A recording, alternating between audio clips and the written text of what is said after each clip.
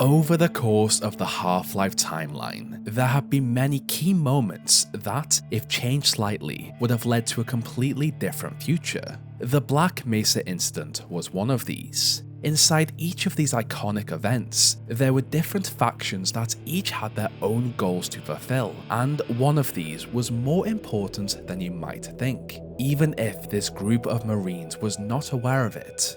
Was the Black Mesa Incident planned? Why was this group of highly trained men really sent to the science facility? And how did this faction spawn the creation of one of Half-Life's most infamous mods? Here we explore in the lore and story behind the Hazardous Environment Combat Unit.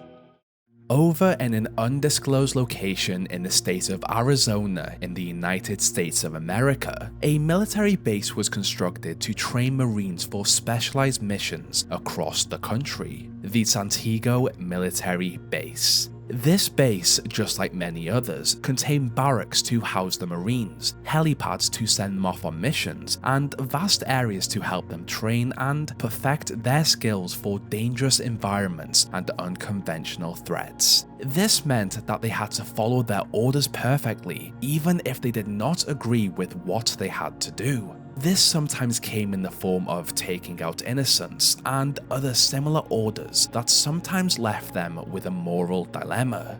Guarded by military police and under the guidance of drill instructors, new units were pushed through basic training, the rope course, the live fire range, environmental hazard simulation, the test firing chamber, and night vision training just to pick up the basics on how to navigate any environment, avoid any potential dangers, and even experience the pain they would feel out on a mission to prepare themselves for it. Over the years, two drill instructors became the most well known for their ability to push those under them into shape. Drill Instructor Dwight T. Barnes and Drill Instructor Sharp, and under their command, each unit learned combat tactics, the various forms of weaponry, how to follow orders, how to communicate through a radio, and how to operate vehicles to ensure that their missions were completed to the best standard. Within the armory, the Marines were fitted with powered combat vests to protect them against incoming attacks. These, just like similar technology at the secret Black Mesa Research Facility, also had the ability to be charged by power ports to protect the Marine. Each mission was different, and to make sure that they had every chance of success, the Marines were trained in many different types of weaponry. Between the pistol, sniper, target, and live fire ranges, the soldiers were molded into their perfect specialty during squad training.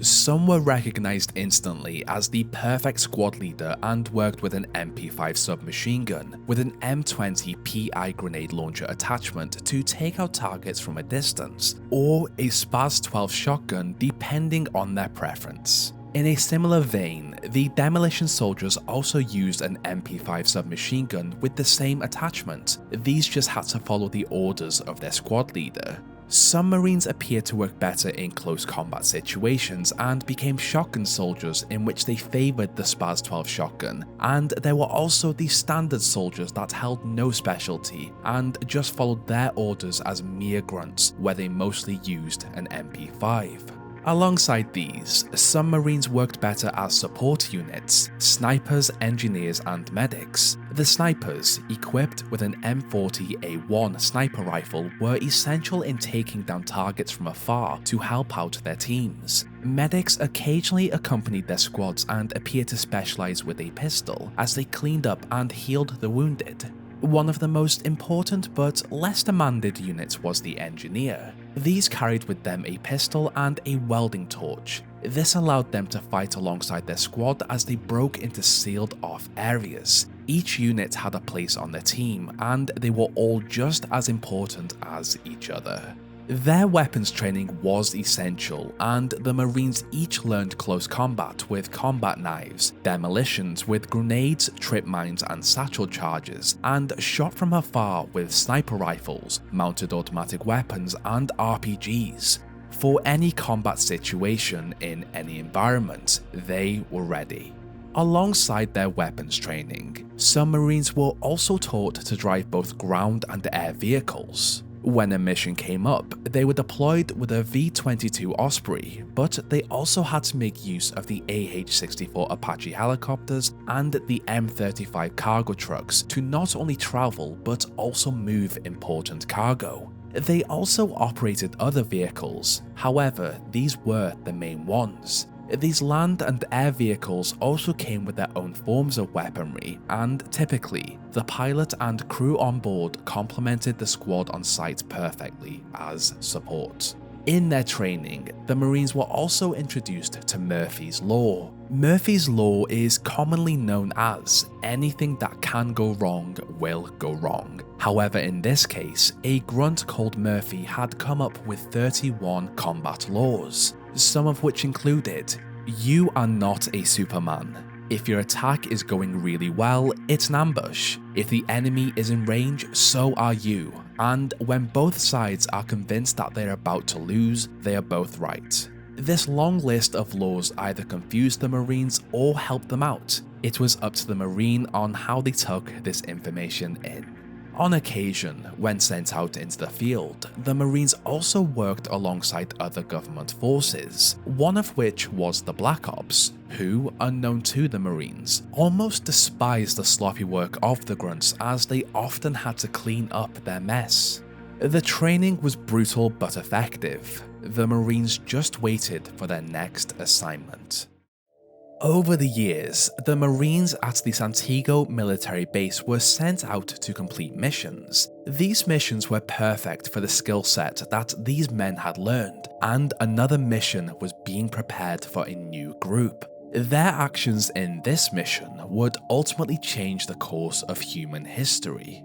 As more joined the United States Marine Corps, they began training. One of these was Corporal Adrian Shepard. Shepard had joined under seemingly mysterious circumstances and was bumped up the advanced training list by an unknown sponsor. Someone wanted him to be prepared for this upcoming task force. The issue was that no one appeared to know or refused to say who this person was. As the military base entered May of the early 2000s, the Marines were trained vigorously and a rumor spread that there may be a mission on the horizon. This rumor was only amplified when a government-looking man was spotted at the base. If he were here to hire a team for a mission, everybody wanted to be on it. They were tired of the base and wanted to actually put their skills to the test. On May 7th, the government man returned and was noted to watch over the Marines. However, it appeared he focused mostly on one of them,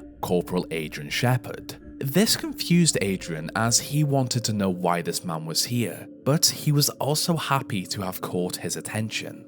A couple of days later, on their morning run, the Marines were told that they had just 1 week to become experts at indoor strategic combat. To do this, they were sent to train in the combat simulation facility. This meant only one thing: the rumors were correct and they were being prepped for a mission. Now they knew it was a mission indoors. As training continued at the combat simulation facility, the rumors continued to fly around and the name Black Mesa Facility popped up frequently. Not a lot was known about Black Mesa. All they knew was that this was a place that conducted top secret research. Although they were preparing for a mission, the thought of it taking place at a research facility just did not sound exciting to the Marines. As the days passed, the Marines were finally given more information about the mission they had been preparing for. They were being sent to the Black Mesa Research Facility, but they were not told what the mission was or when they would be leaving.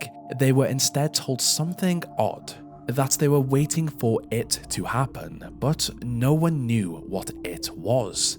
This suggested that the higher-ups at Black Mesa or the government man that had visited Santiago had something planned for the research facility and needed the Marines to fix it. Something was about to go wrong and they just needed to wait for it to happen. Although his unit waited to be deployed, Adrian almost hoped that whatever they were waiting for never happened, as a secret research facility just did not sound exciting at all to him. During this intense week of training, drill instructor Dwight T. Barnes and Sharp continued to push their Marines in preparation as they waited. They had formed the perfect task force, the Hazardous Environment Combat Unit, to complete this mission, a dangerous and very efficient cleanup crew. Way out in the New Mexico desert, the scientists at the Black Mesa Research Facility prepared for an upcoming experiment. However, this experiment functioned a little differently to how they usually worked. Essentially, over the years, Black Mesa had discovered another world or border world during their experiments with teleportation, Xen. On their expeditions of Xen, their survey teams brought back samples for the teams on Earth to study. These range from flora and fauna to various other interesting items found across the floating islands. In the Sector C test labs, the scientists theorized that if they could manipulate the exotic energy within the crystals scattered across Xen, they could potentially open up wormholes at will to explore the rest of the universe. They just had to find the correct sample and learn how to control this energy. On the lead up to the experiment, the Anomalous Materials team had been given a new sample, GG-3883. This was said to not only be the purest sample they had come across, but it was also one of the largest. As a result, the administrator ordered that the Anomalous Materials team go beyond the standard testing procedure to make sure they received results from this. This was a very important experiment. As the experiment began, a research associate and materials handler, Dr. Gordon Freeman, pushed the sample into the beam of the anti-mass spectrometer as the team observed from above. Upon impact, the crystal shattered and flooded the chamber with the exotic energy that they had hoped to use to further their research. In a way, they were correct that this energy could create wormholes, as it led to a tear in space between Earth and Xen, a resonance cascade. Over the following hours, headcrabs, barnacles, vortigauns, and various other hostile Xenian creatures flooded the halls of Black Mesa as the personnel attempted to flee. The security guards attempted to take them out, but the constant waves of Xenian lifeforms overwhelmed them as they watched those they had been hired to protect die in brutal ways. In this chaos, Dr. Rosenberg, with the help of Dr. Gina Cross and Dr. Colette Green, called out for help. This was the call the Hazardous Environment Combat Unit was waiting for. At the Santiago military base, the HECU were quickly deployed on Ospreys to Black Mesa. It had happened, but the Marines were still unaware of what the mission actually was. They were told on their way in that they would get their orders upon landing at Black Mesa. As they entered the New Mexico desert, the HECU in their respective Ospreys discussed why they were being sent here. How interesting could a research facility be? In this moment, Xenian aircrafts flew into the path of the arriving HECU and shot down the Ospreys Goose 3 and Goose 7. Luckily, the other Ospreys avoided this attack and managed to land safely. Finally, upon having reached the landing zone, they were told their orders. The Hazardous Environment Combat Unit had been tasked with cleaning up an experiment that had gone wrong at Black Mesa. This experiment had essentially ripped a hole in space and allowed alien lifeforms access to the facility. It was their job to take out the alien creatures and execute anyone within Black Mesa that had information about the experiment and knowledge of the existence of Xen. This meant all security guards, scientists, and whoever else was in the building. At this point, everyone was aware of the Xenian creatures as they roamed the halls, and so everyone was a target. Regardless of whether the Marines disagreed morally with what they had been ordered to do, they had a job, and so they entered the building and fought with the Xenian creatures as they tracked down the personnel of Black Mesa. Their role in the early hours was fairly easy as the scientists mistook them for help. In this window of relief, the Marines either gunned them down or interrogated them for information about the location of their colleagues. As time passed, the HECU brought in additional supplies and set up camps with sandbags, ammo, weaponry, and even mounted weapons to take out anything that came their way. The scientists and civilians in the building were harmless, but the security guards still had training in combat, just not to the extent the Marines had. Their mission was simple: take out anything they saw, but this did not go as planned. As long as the connection between Earth and Xen remained open, the creatures on the other side still had access to Black Mesa, and with it, they continued to teleport in to act as additional reinforcements. Slowly, the halls filled up with more and more Xenian lifeforms. In response to this, the HECU used all of their training and expertise to wipe them out, but they soon realized that there was always another alien to kill. As their numbers dwindled, the squad members also heard reports of a scientist that had shown the ability to adapt and survive in this impossible situation. On his traversal of the fallen facility, Dr. Gordon Freeman killed the HECU he encountered to the point where they suffered major casualties. They had done their best to complete their mission, but the continuous incoming hostile flora and fauna of Xen, along with the rogue scientist, left them in a tough situation, and shortly after, they felt overwhelmed. In this tough situation, the HECU sought out Gordon and became more brutal in their attempts to capture him. They interrogated every scientist they encountered in the hopes they could take out the man that had decimated their force. Some wanted revenge, and others believed he had been responsible for the Resonance Cascade in the first place. In a way, he had, but he had merely been a puppet of a much greater, unknown force. The same force that had brought the HECU to Black Mesa in the first place. Overwhelmed, the HECU decided to call their mission a failure, and they announced by radio that they were pulling out and every unit was to head to an evacuation point. Several hours had passed since the Resonance Cascade had occurred. Much had happened in this time. However, there was one Marine that was confused. Corporal Adrian Shepard had fallen unconscious after his Osprey, Goose 7, had been taken down by an alien aircraft.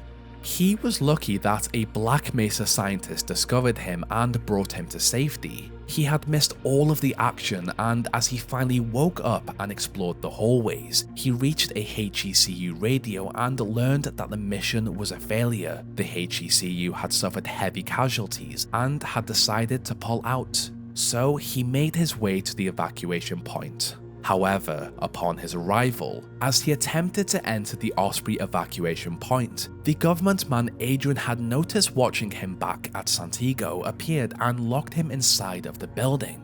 Trapped, Adrian watched as the final Osprey left without him, and aware that the HECU also planned an airstrike on the surface, he made his way deeper into Black Mesa to survive it. There was a plan in place for Adrian.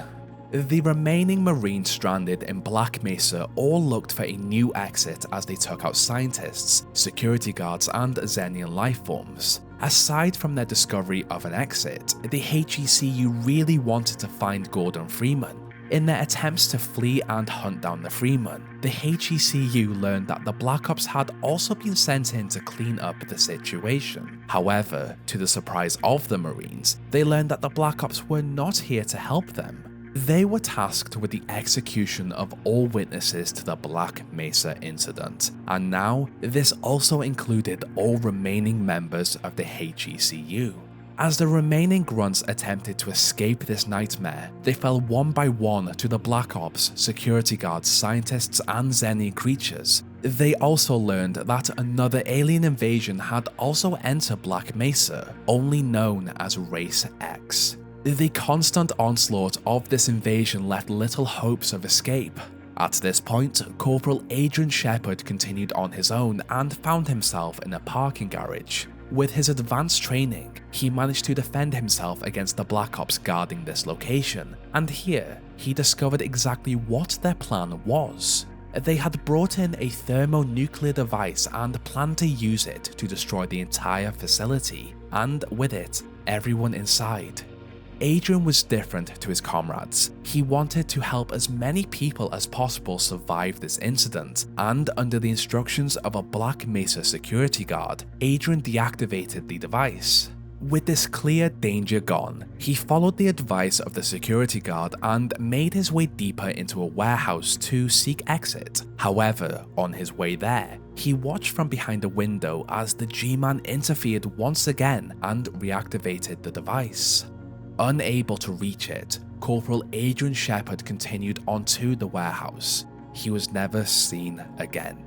The Hazardous Environment Combat Unit were trained for a mission that appeared to have been planned to fail from the very start by unknown figures. Regardless of the secret agenda against them, the HECU used their skills to complete this cleanup mission to the best of their ability.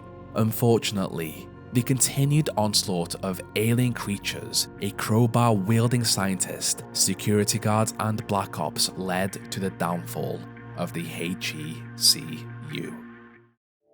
Although the HECU and personnel of the Black Mesa Research Facility had done everything in their power to stop the Resonance Cascade and arrival of the Xenian creatures, in the early hours, the Black Ops activated their thermonuclear device, and as a result, Black Mesa fell with everyone and everything inside.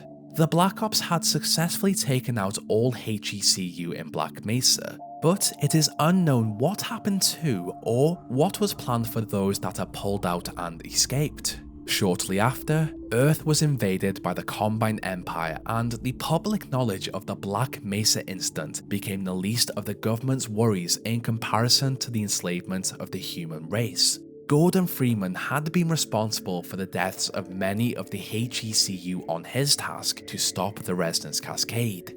If a Marine or relative of a Marine had survived the incident, Gordon would still have a target on his back. Some would say they would attempt to hunt down the Freeman. Trained to be the best soldiers, the HECU did what they could, but ultimately failed. As of now, the fate of the members of the HECU that did manage to survive the Black Mesa incident is unknown. Maybe they put their skills to use and joined the resistance, or they joined the civil protection. Now their story is one of the many in the Half-Life universe that still needs to be finished. I made the original HECU video about 2 years ago now. These weeks are flying by with remaking older unpolished videos, covering new topics, games, and other media related to Valve and similar games. The Hazardous Environment Combat Unit are an iconic part of the Half-Life series, not only as they are one of the main antagonists in Half-Life and its fan remake Black Mesa, but their existence also spawned the creation of one of the most infamous mods created for a video game, Hunt Down The Freeman. To explain it quickly, Hunt Down The Freeman was a fan game that followed the footsteps of Adrian's brother, Mitchell, as he attempted to find Gordon Freeman and kill him. The game was plagued by bugs and has become a joke in the Half-Life community. There were so many things wrong with it that I may actually make a video on it in the future. Regardless of your view on Hunt Down The Freeman, the game in itself, whether you like it or not, is a part of Half-Life's history, and it changed the way that Valve allowed fans to interact with and create additions for their properties. On a more positive note, a couple of weeks ago we hit 100,000 subscribers. You can see the verification tick here. When I started this channel, I was kind of lost and did not really know what I wanted to do with my life. Since then, I have fallen so deep into the Half-Life universe, and I can now tell people that I tell stories for a living. Thank you so much for the support, that is a huge number. I am not really sure how to celebrate it, so I am happy to take suggestions. I just wanted to say thank you to those of you guys who drop in here every week for your deep dive into this messed up universe, and also welcome to the new guys who have just discovered the channel. On that topic, feel free to like, comment, and share this video. Any engagement is amazing. Even dislike the video if you had issues with it, and let me know what you'd like me to change in the comments. As usual, my socials are also on the screen. Finally, I would like to thank my gold tier patrons and channel members: Jonas, Lewis, Queen Arby, Fluffy the Dragon, Chicken Guy 791, Ruben Mendoza, Mosfalit, Duke, Toadnut, Oren X, and Azu. This week we also welcome Karatana, AJ Mantalaya, I'm so sorry I forgot that wrong, Verona, Comfy, and BG Games to the gold tier. Thank you so much. If you want to help support the channel, there is a link in the description to become a patron where I do my best to post behind the scenes content, early access to videos, and many other great features. As always, I thank you so much for the continued support. What did you think of the HECU? Did you go on to hunt down the Freeman? And what would you like me to cover next? This is where our story ends. Check back next week for a new one.